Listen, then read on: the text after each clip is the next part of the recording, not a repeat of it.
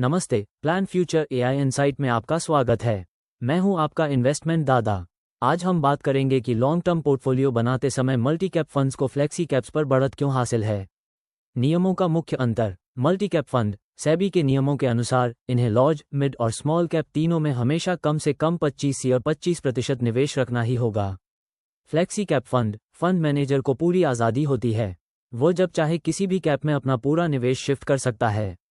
क्यों है multi cap बेहतर?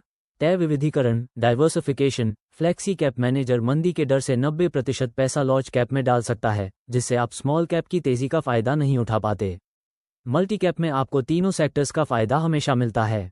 Automatic profit booking. जब स्मॉल कैप तेजी से बढ़ता है तो मल्टी कैप मैनेजर को 25% की सीमा बनाए रखने के लिए मजबूरन मुनाफा बुक करके पैसा लार्ज या मिड कैप में डालना पड़ता है। यह नियम आपको बिना किसी मानवीय भावना के सस्ते में खरीदने और महंगे में बेचने में मदद करता है। मैनेजर के पूर्वाग्रह से बचाव। फ्लेक्सी कैप में आप मैनेजर के फैसलों पर निर्भर होते हैं, जबकि मल्टी कैप नियमों से चलता है। दादा का फैसला। मल्टी कैप एक संतुलित आहार की तरह है, जहां आपको हर जरूरी पोषक तत्व मिलना तय है। आपके बड़े लक्ष्यों जैसे बच्चों की पढ़ाई या रिटायरमेंट के लिए नियमों का यह अनुशासन सबसे बेहतरीन है। दादा का एक्शन प्लान। अपने फ्लेक्सी कैप पोर्टफोलियो को चेक करें। अगर उसमें 75% से ज़्यादा लार्ज कैप है तो आपको सही विविधीकरण नहीं मिल रहा है। नियमों के इस अनुशासन के लिए अपने पोर्टफोलियो में मल्टी कैप फंड शामिल करने पर विचार करें।